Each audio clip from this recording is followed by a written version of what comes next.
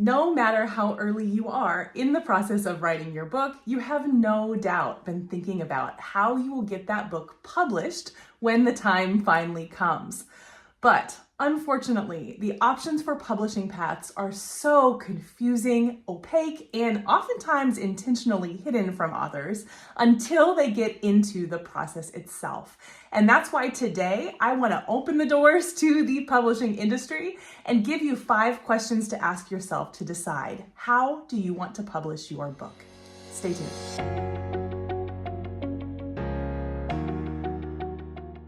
You've got the story, you've got the idea, you just don't know the steps in the process. If this is what's holding your memoir back, I have got the solution for you. The Memoir Method Checklist is going to take you through every single step you need from idea to published, marketable book. And you can download it now at pageandpodium.com/checklist.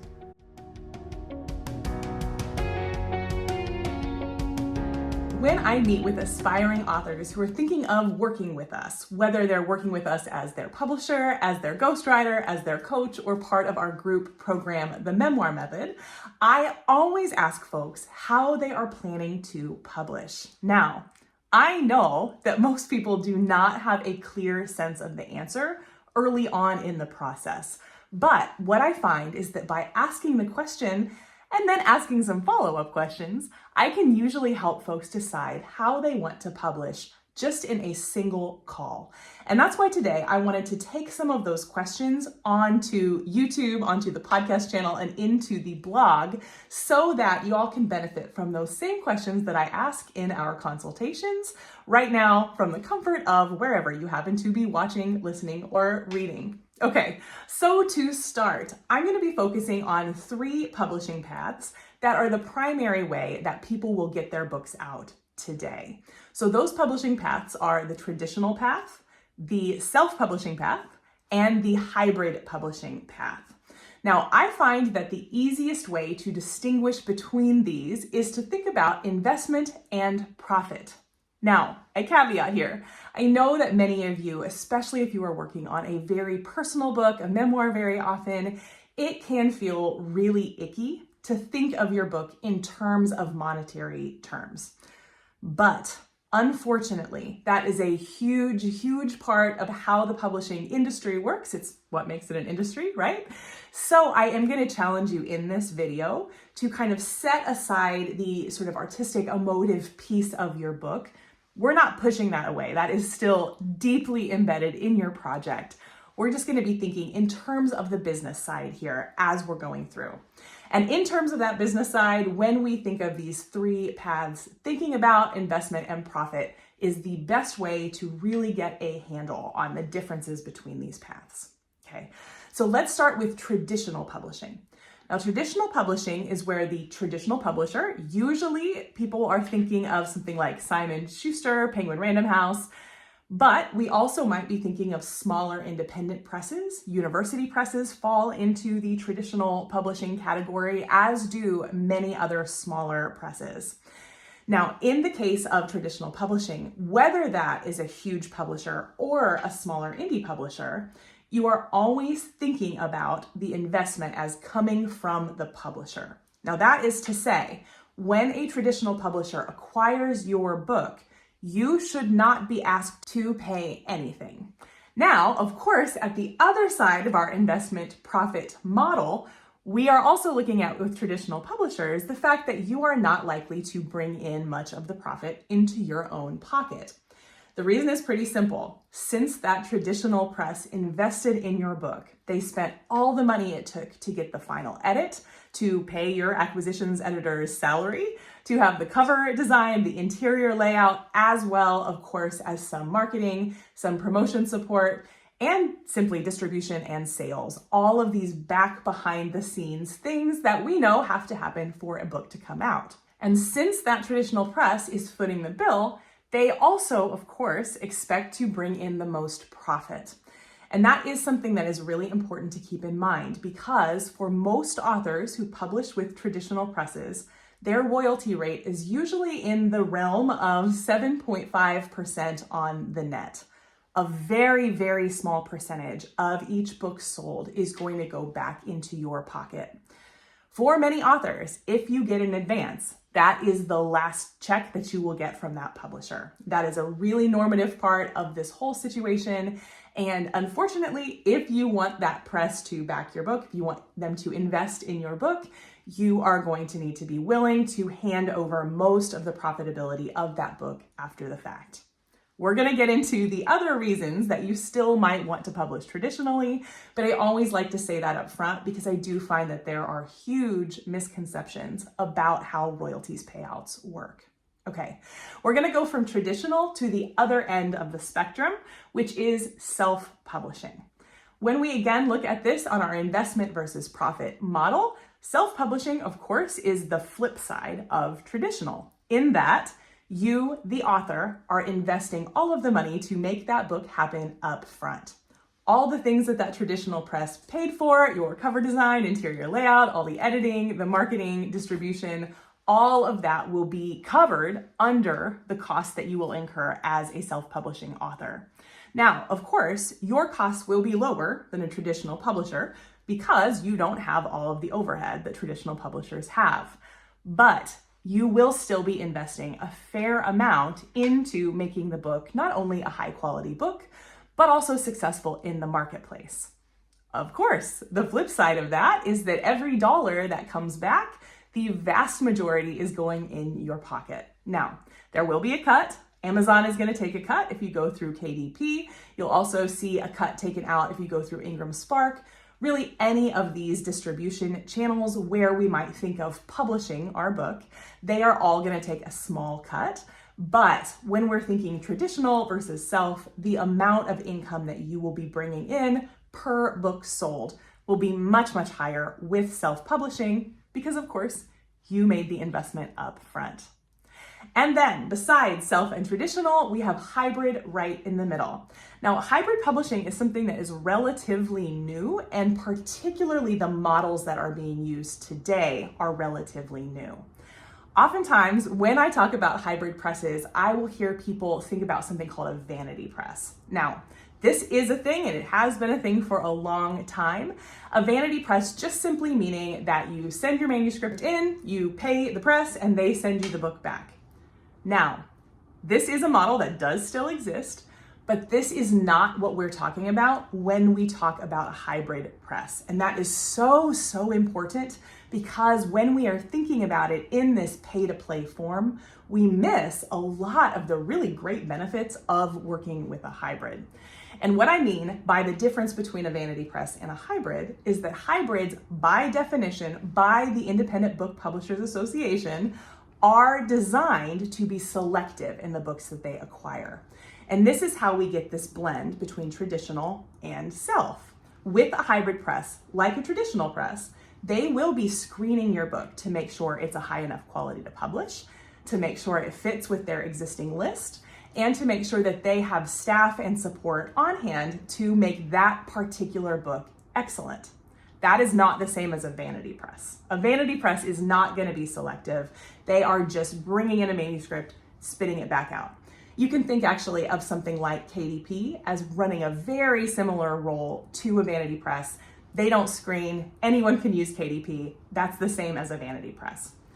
With that hybrid though, since you have that selectivity and that investment in terms of the staff, in terms of the expertise, in terms of the selection, you're getting a much more even split between the investment and the profit. So, whereas with the traditional press, the press made the whole investment in the book, with self-publishing, you make the whole investment in the book.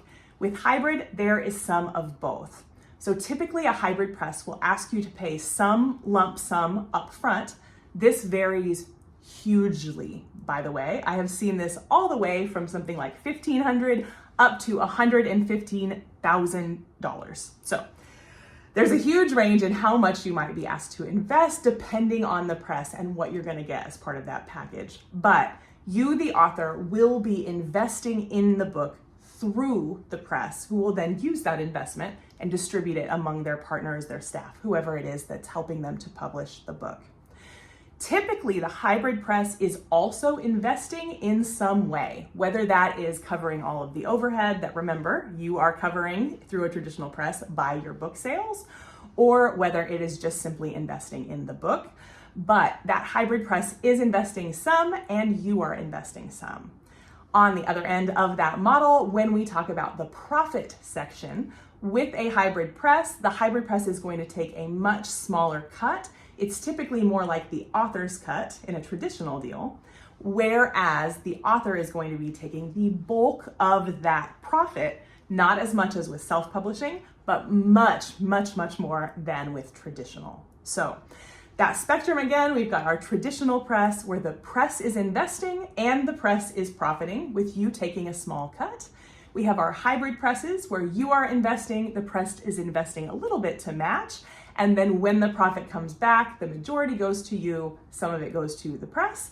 And at the other end of the spectrum, we have self-publishing, you invest and you profit. Okay, but what I find is that knowing that information, even just having a sense of how these different paths work, is typically not enough for folks to decide what direction they want to go. So let me go through these 5 questions. If you ask yourself these questions, if you can confidently come up with an answer that feels good, 9 times out of 10, it's going to direct you pretty clearly where you want to go. Okay, so the first question, and the one that I find surprises people the most, is how much time are you willing to spend waiting for the book to come out?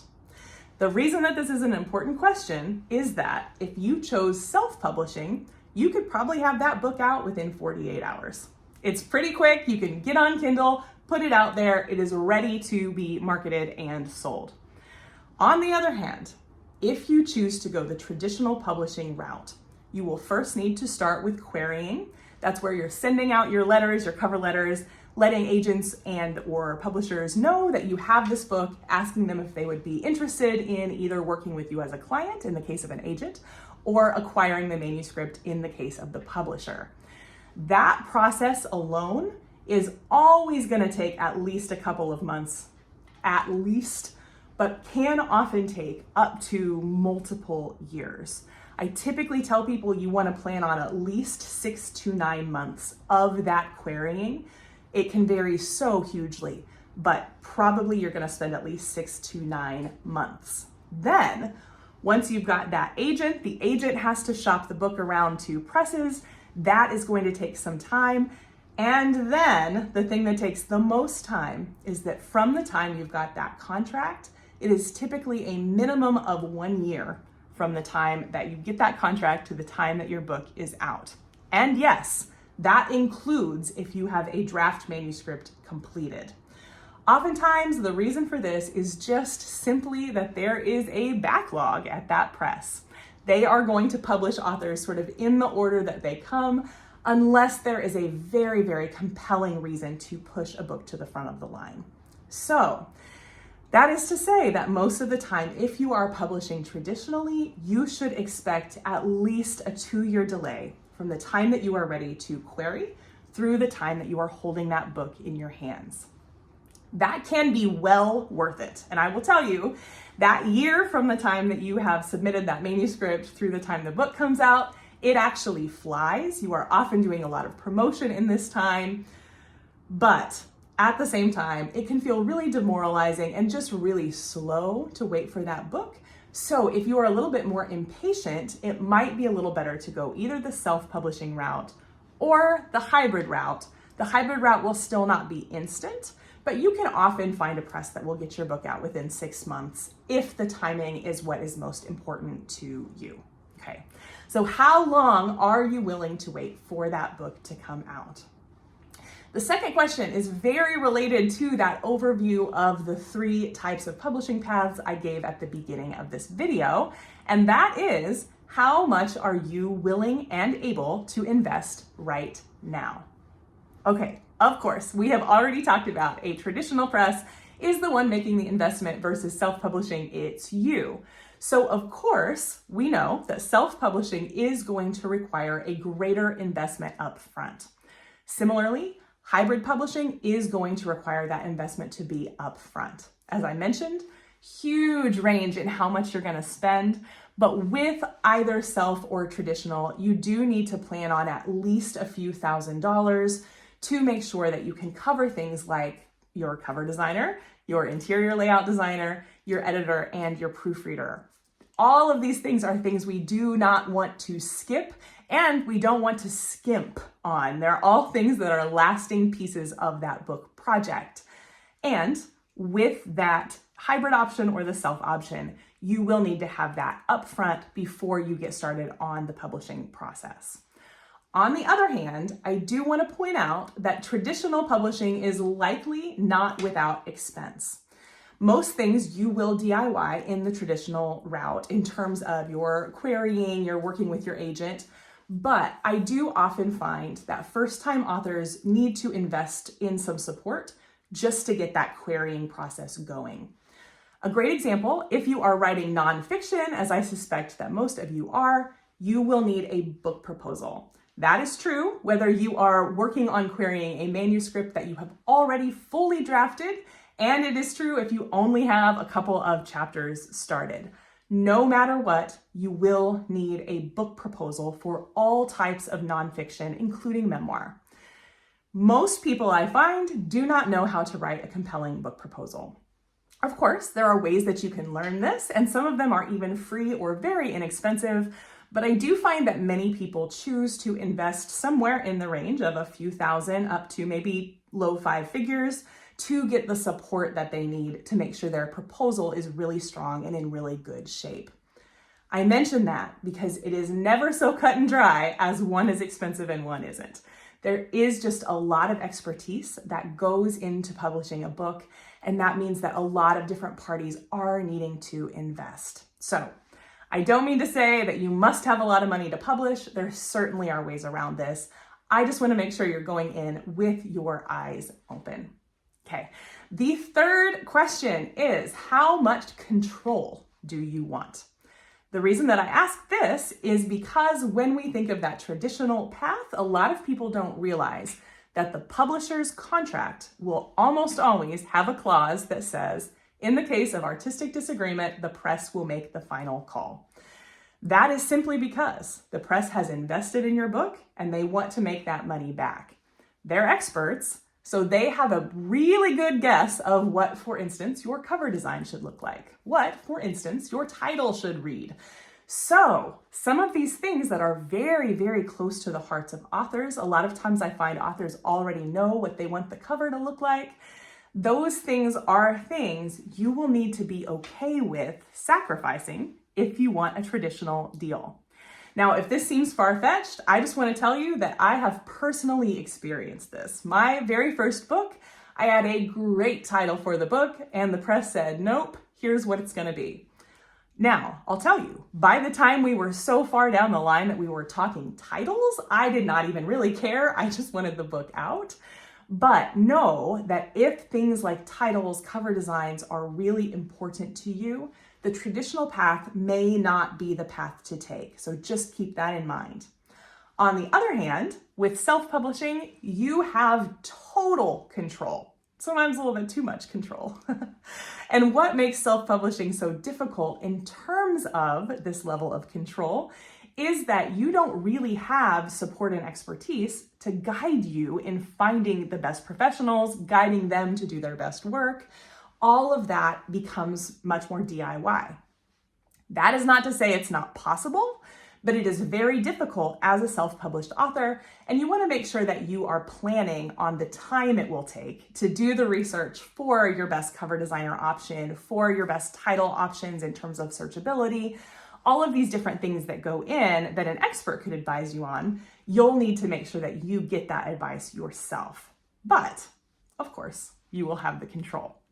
In the middle is a hybrid press. Hybrid presses vary in their contracts, so some will have a press makes the final call clause, some will not have that. That is just really depending on your preference, kind of how comfortable you are asserting what you want your book to be. But a hybrid press is going to give you that kind of support and expertise and guidance, but at the same time, you'll have much more control because there's a much more equal investment share between you and the press. Okay, So the fourth question that I want you to ask yourself is, how much do your readers care about the prestige of a traditional book contract? And I ask this a little bit tongue-in-cheek because one thing I find is that authors very often feel so concerned about what their reader will think if they self-publish, if they do a hybrid press. And what I find is for most trade audiences, they don't even know who the publisher is. Most trade audiences are not even looking to see who the publisher imprint, who has put this book out. So what I want you to think about is, do you have an audience that's going to care about that? There are some. The best and easiest example is academic publishing. If you are a university professor and you are putting a book out that is meant to contribute to getting a promotion in your job, it is very likely that you will need to publish with a traditional press to have that book count. There are other examples of this, but the thing I want you to think about is, who is reading the book? Are they just a typical trade audience, or are they somebody that's going to be a little more in the know of how publishing works, and they will care what that imprint is, who published that? Of course, if you have a readership that really cares, you probably need to go traditional. Many hybrids have kind of the same or similar appearance, but you need to really make sure you do your homework on that. And if your reader cares, self-publishing is probably not going to be the way to go to fulfill all your goals. So just think about it. How much does the reader care? And then the final question that I want you to ask yourself, the biggest bummer of all the bummer questions: are you under the impression that if you publish traditionally, you won't have to do any promotion? I hear all the time from authors who do not want to do marketing. They don't know how to do it. It is overwhelming. They wish they could just hand it off. But I have bad news for you nonfiction authors. It does not matter how you publish, traditional, hybrid, or self. You are the one that must promote your book. Now, there are caveats here. Of course, your traditional press is going to do marketing for you. Not all the marketing, but they are going to do a good amount of marketing that can be a baseline level for the promotion that you will do, both on your own and in partnership with the press. Hybrid presses will often have some version of this. This will be in your contract and in the proposal that you will see and sign from your press. And of course, you can also ask your editor more about this if you're going the hybrid route. But typically, if you want a more robust marketing package, you will be expected either to pay for that as an upgrade, or it will be just part of the package and it will be a little bit more expensive package. So you want to be thinking about, what marketing do you feel comfortable doing? Because you'll need to do some. And what marketing do you really need support with? Oftentimes, this is things like getting your book in a bookstore or running ads on Amazon or social media, things that are a little bit more technical. Of course, if you are self-publishing, all of that marketing and promotion falls on you. But the reason that I started this by asking, are you under the impression that traditional presses will do all of your marketing and promotion, is because, remember, with a traditional press, you are still doing promotional activities. So the rift between these two in terms of marketing is maybe not quite as wide as you might think.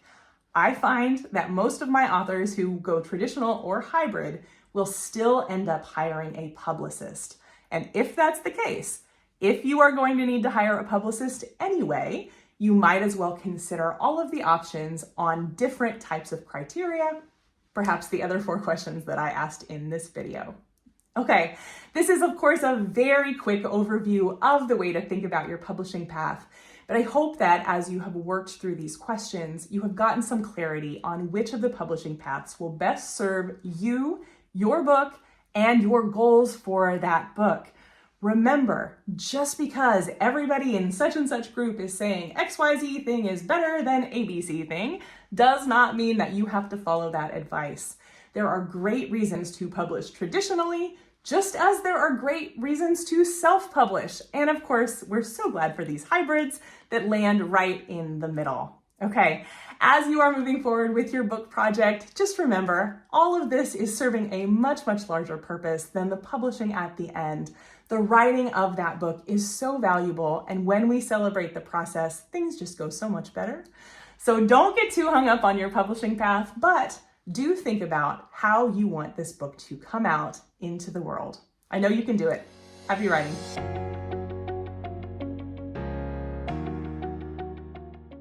You know what they say, if you fail to plan, you plan to fail. And this is exactly what holds so many people back on their memoir projects. That is exactly why we created the Memoir Method Checklist, a full, complete list of every single step you need to take to get that memoir written, published, and marketed successfully. You can download it now at pageandpodium.com/checklist.